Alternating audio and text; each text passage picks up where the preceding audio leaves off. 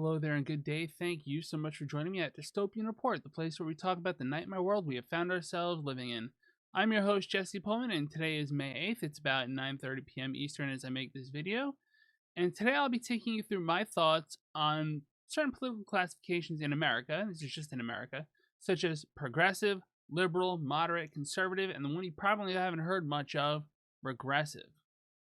I'm also going to provide my thoughts on ways we can reconstruct the spectrum, as well as areas where my ideas are weaker. In other words, I'm going to criticize myself a bit because these are just ideas in progress, and I'm far from the final authority on them.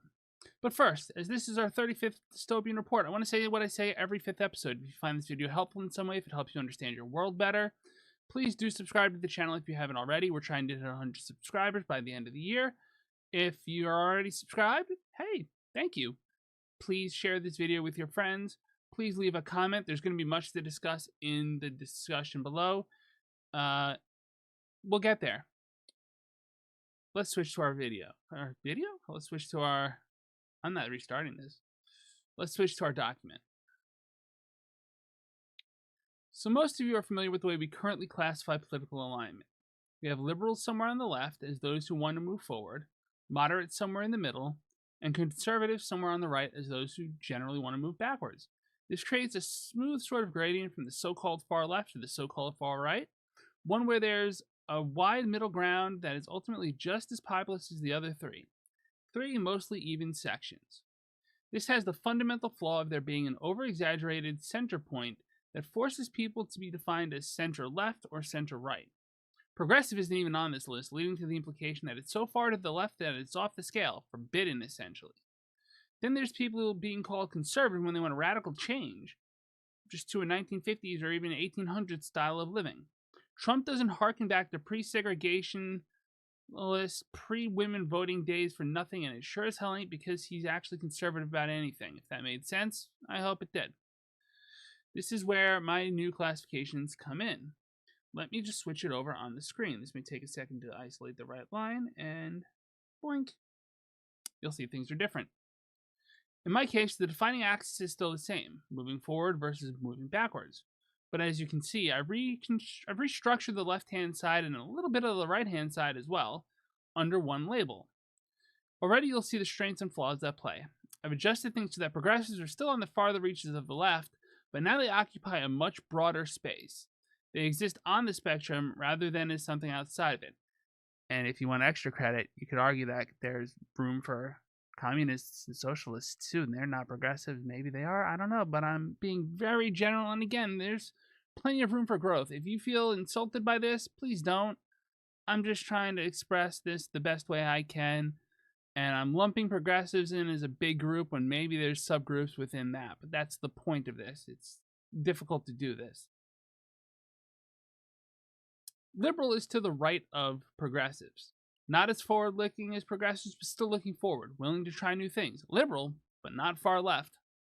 Then there are moderates. Moderates are open to some changes, but these changes are generally small and within their own limits. If further changes are called for, they'll make them as they go. If they aren't convinced they're called for, they won't, but usually they'll consider it. Finally, as we approach the center, we have conservatives.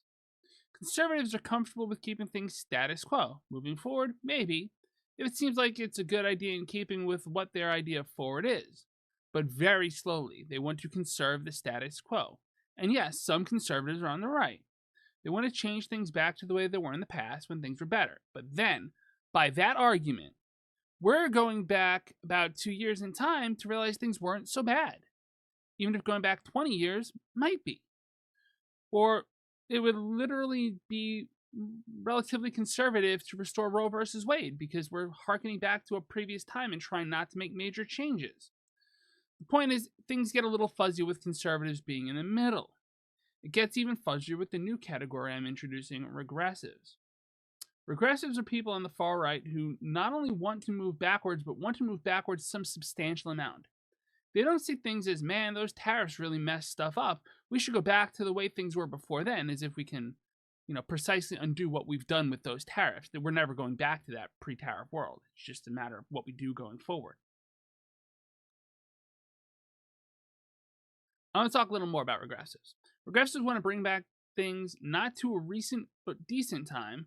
They want to bring things back in the context of cutting and transforming healthcare like RFK Jr., of ending federal regulations written in the blood of those that needed them in the first place, like Elon Musk. They want to consolidate power into the hands of the few, forever, like oligarchs such as Donald Trump. The strength of my proposal is that it clarifies more precisely, but not perfectly precisely, of course, exactly what's going on. Under the old system, those called conservatives were lionized for wanting to preserve some storied legacy. Under this one, those same people would be called regressives instead, wanting to preserve not just good stuff, but return to bad stuff. I mean, who the hell joins the war on measles on the side of measles?